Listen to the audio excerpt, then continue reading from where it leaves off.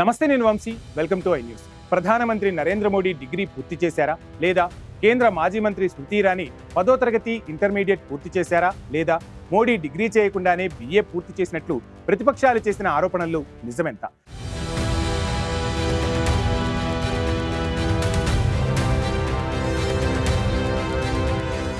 ప్రధానమంత్రి నరేంద్ర మోడీ డిగ్రీ చేసినట్లు భారతీయ జనతా పార్టీ నాయకులు గతంలో చూపించిన సర్టిఫికెట్లు నకిలీవా? స్మృతి ఇరానీ చదువు కూడా ఒట్టిదేనా? ఈ ప్రశ్నలన్నీ చాలా కాలంగా దేశ రాజకీయాల్లో చర్చనీయాంశంగా మారాయి. దీనికి సంబంధించి ఢిల్లీ హైకోర్టు కీలక తీర్పు వెలువరించింది. నరేంద్ర మోడీ బ్యాచిలర్ డిగ్రీని బహిర్గతం చేయాల్సిన అవసరం లేదని కోర్టు స్పష్టం చేసింది. మోడీ డిగ్రీ కోర్సు వివరాలు బహిర్గతం చేయాలన్న చీఫ్ ఎలక్షన్ కమిషనర్ ఆదేశాలను కూడా కోర్టు తోసిపుచ్చింది. దీంతో ప్రధానమంత్రి నరేంద్ర మోడీ సర్టిఫికేట్ బహిర్గతం చేయాలన్న ప్రతిపక్ష నాయకుల డిమాండ్ నెరవేరలేదు. 1978లో ఢిల్లీ యూనివర్సిటీ నుంచి డిగ్రీ పూర్తి చేసినట్లు భారతీయ జనతా పార్టీ నాయకులు గతంలో ప్రకటించారు. అది తప్పు అన్నది ప్రతిపక్షాల ఆరోపణ. నరేంద్ర మోడీ డిగ్రీ పూర్తి చేయకున్నా చేసినట్లు ప్రకటించారని ప్రతిపక్ష నాయకులు గతంలో ఆరోపించారు. 2016లో ఓ RTI కార్యకర్త ఈ మేరకు కేంద్ర సమాచార కమిషన్ను కోరారు. RTI కార్యకర్త నీరజ్ కుమార్ 1978లో BA పాస్ అయిన విద్యార్థులందరి పేర్లు, రోల్ నెంబర్లు, మార్కులు మరియు పాస్ ఫెయిల్ వివరాలను ఢిల్లీ యూనివర్సిటీని అడిగారు. దీంతో సమాచార కమిషన్ 1978లో డిగ్రీ కోర్సు పూర్తి చేసిన వివరాలు బహిర్గతం చేయాలని ఢిల్లీ యూనివర్సిటీని ఆదేశించింది.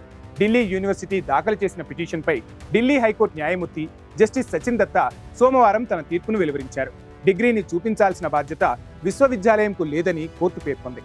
వాస్తవానికి 2016లో ఒక RTI కార్యకర్త దాఖలు చేసిన పిటిషన్పై 1978లో BA పరీక్షలో ఉత్తీర్ణులైన విద్యార్థులందరి రికార్డులను బహిర్గతం చేయాలని CIC ఢిల్లీ విశ్వవిద్యాలయాన్ని ఆదేశించింది. దీనిపై ఢిల్లీ యూనివర్సిటీ కోర్టుకు వెళ్లింది. యూనివర్సిటీ తరపున సాలిసిటరీ జనరల్ తుషార్ మెహతా వాదనలు వినిపించారు. RTI కార్యకర్త కేవలం ఉత్సాహం కొద్దీ వివరాలు అడిగారు తప్ప ఇందులో మరో కారణం కనిపించడం లేదని వాదించారు.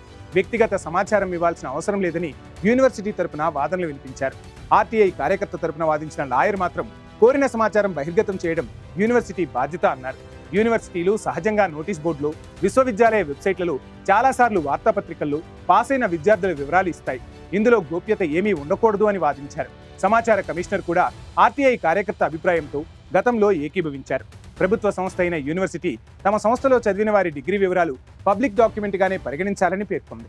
అయితే విశ్వవిద్యాలయం ఒక ప్రభుత్వ సంస్థ మరియు డిగ్రీ వివరాలు పబ్లిక్ డాక్యుమెంట్గా పరిగణించబడుతున్నందున ఈ సమాచారాన్ని బహిరంగపరచాలని CIC పేర్కొంది. ఈ కేసుపై ఇలా ఎవరి వాదన వారు చేస్తున్న నేపథ్యంలో ఢిల్లీ హైకోర్టు కీలక తీర్పు ఇచ్చింది.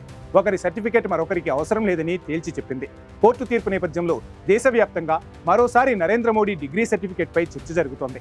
Narendra Modi degree certificate fake అనే ప్రచారం జరిగిన నేపథ్యంలో గతంలోనే భారతీయ జనతా పార్టీ సీనియర్ నాయకుడు అమిత్ షా అసలు సర్టిఫికేట్ అంటూ మోడీ సర్టిఫికేట్ ప్రదర్శించారు. మాజీ కేంద్ర మంత్రి స్మృతి ఇరానీ 10వ తరగతి, 12వ తరగతి డిగ్రీల రికార్డులను చూపించాలని CBSEని ఆదేశించిన కేంద్ర సమాచార కమిషన్ ఉత్తర్వులను కూడా ఢిల్లీ హైకోర్టు సోమవారం కొట్టివేసింది.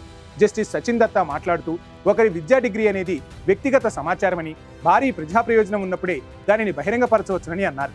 ఈ కేసులో అలాంటి ప్రజా ప్రయోజనం ఏమీ లేదు. ఎందుకంటే రాజ్యాంగ పదవిని నిర్వహించడానికి విద్య చట్టపరమైన షరతు కాదు. కారణం లేకుండా వ్యక్తిగత విద్యా సమాచారాన్ని బహిరంగపరచడం వ్యక్తి గోప్యతను ఉల్లంఘించడమే అవుతుంది అని కోర్టు వ్యాఖ్యానించింది. ఈ సమాచారాన్ని RTI కార్యకర్త మహమ్మద్ నౌషుద్దీన్ కోరగా అధికారులు మొదట తిరస్కరించారు. తరువాత జనవరి 2017లో రికార్డులను చూపించాలని CIC CBSEని ఆదేశించింది. CIC ఉత్తర్వు RTI చట్టానికి వెలుపల ఉందని, కాబట్టి దాన్ని రద్దు చేస్తున్నట్లు హైకోర్టు పేర్కొంది.